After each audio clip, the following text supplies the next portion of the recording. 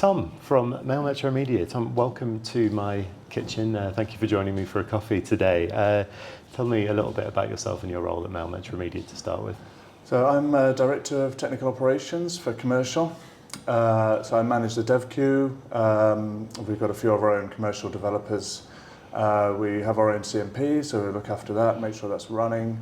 And then we have live site troubleshooting, where there's any issues on the site that's happening, with it. Mostly if they're ad related, I sort of get involved.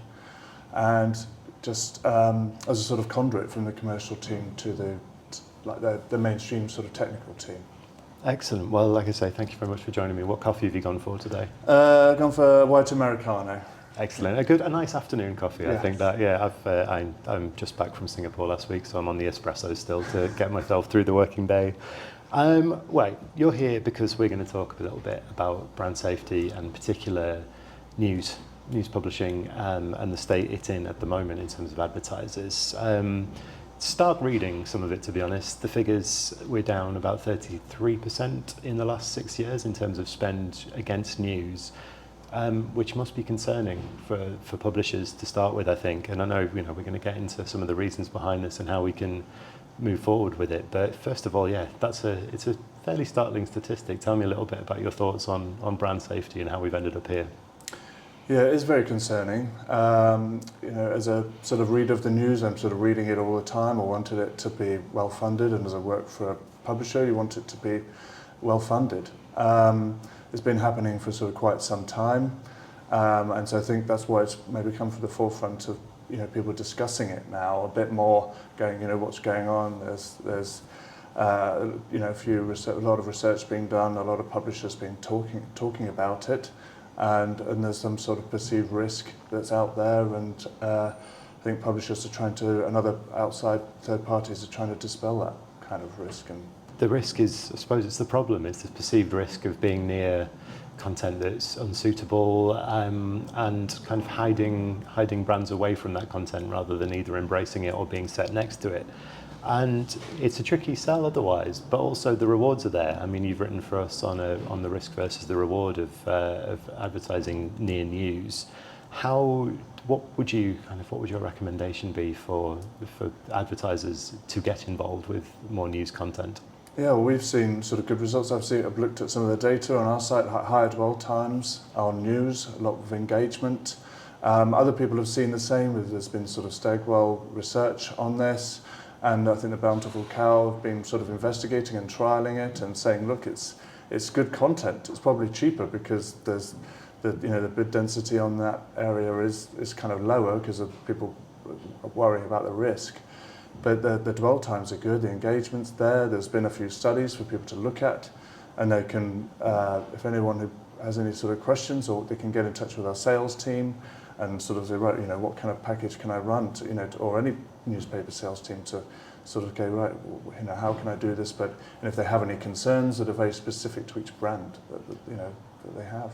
Yeah, and how can publishers, how can we make that the narrative? I think the narrative is the doom and gloom side, and the risks outweighing the rewards for advertisers, which we don't think is true. Like you said, the Bountiful Cow study, relative advantage, was incredibly interesting and proved the value of news to advertisers.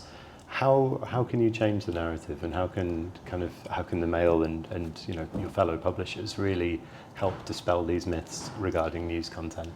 I mean, I guess they're already sort of engaging with agencies and advertisers. There's a lot of publicity coming up about this, and getting agencies to experiment. Sees the opportunity. The opportunity is there.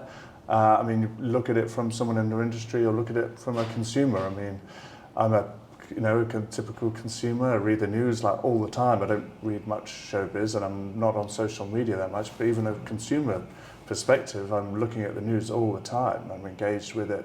When I buy things, I'm one of the customers for a lot of the brands that are around and out there. So it's just a matter of seizing that opportunity, looking at the dwell times, running a campaign for themselves to say, okay, what happens if we run on news, and then compare that to what happens if they run on other sections. I mean, the buyers won't know what they're missing out on if there's brand safety there all the time. There's no metrics there for them to sort of look at unless they experiment.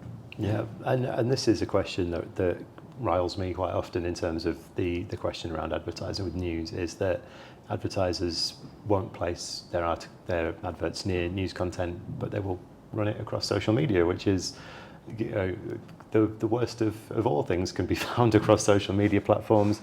They will run unmeasured campaigns which can end up in MFA, the worst parts of the web, rather than next to the news put out by genuine and trusted and quality publishers. I think that's a huge dilemma for the industry, that is still a preferred way of spending than actually with a trusted news out there. Is it down to keywords, basically? I think keywords have been helpful, but also are now more broad strokes than anything else in terms of blocking content. How do you feel that works for advertisers?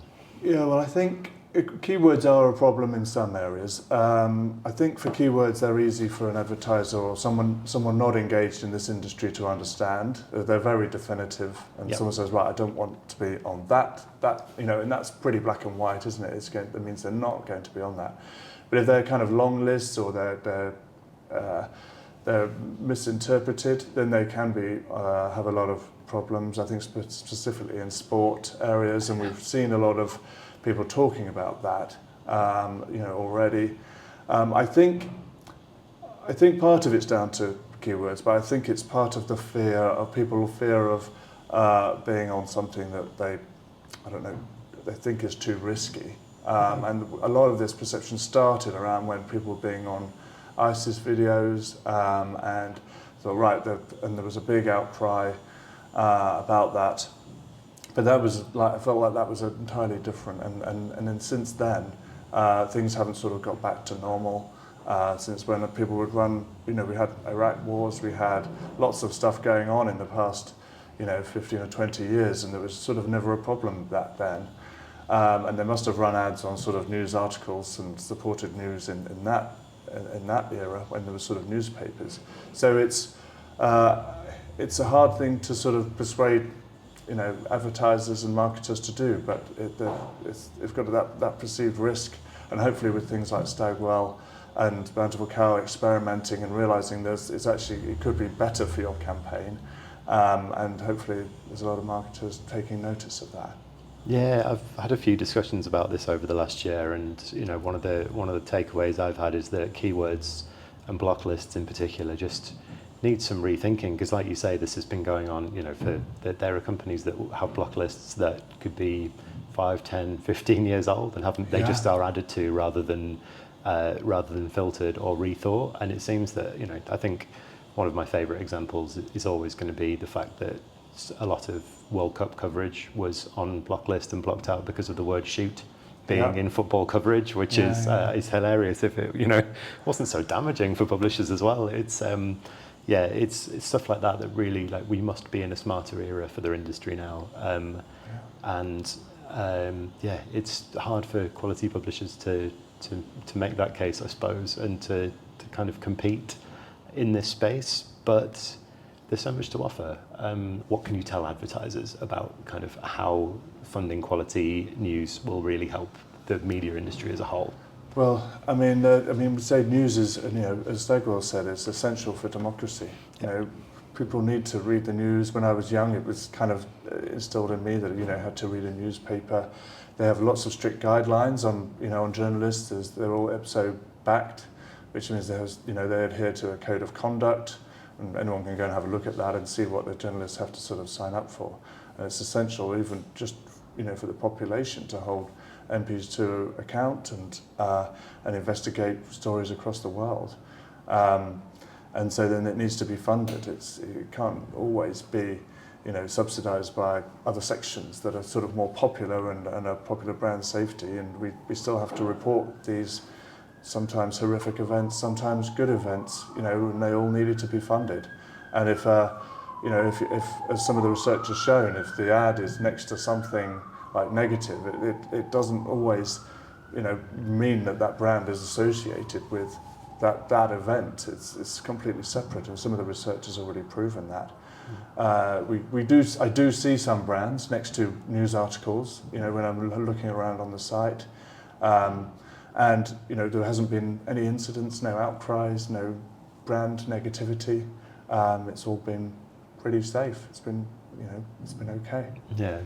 So I think the big thing, and one that you've discussed with me previously as well, is that shift from brand safety to brand suitability, and how that conversation needs to move forward. So that's how agencies will be discussing, rather in terms of brand safety, in terms of how suitable their ad is for that page and that article. Is that a shift that you'd like to see? Is brand suitability a better conversation, more suited to 21st century media? I definitely think so. I think a more bespoke approach, which is kind of what brand suitability is.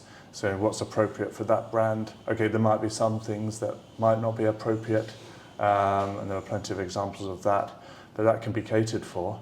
And it's a more bespoke service to a client. We're starting to see that maybe a bit more with AI, where brands can, in campaign planning tools or brand safety planning tools, where a brand can put in, you know, who the brand is, where they want to reach, what they want the campaign to achieve, and then it's going to sort of present something back of where that campaign should go. Also, or maybe alternatively, it's a brand safety system, then a brand safety category, and hopefully that will include news if the data is there to sort of back it up, which we've seen from some of the research and trials that people have been trying already. So hopefully if those campaign planning tools and brand safety tools have the data, you know, good data sort of put into them, then maybe marketeers and advertisers will trust that and go with that, and that maybe that we'll see a change in what's happening now. Interesting. So AI could play a role in helping the future of publishing. It could do, maybe more, whether it's inadvertently or whether it's and whether you know, advertisers and marketers are going to sort of go with it, but they're starting to emerge, you know, all over the place, and so yeah, it could go that way. Oh, I like that. That's a positive use case of AI for the publishing industry. Yeah, Excellent. Yeah. Well, let's see what happens. It's very early days. Yeah. But it would be interesting to see what happens in that area. Definitely.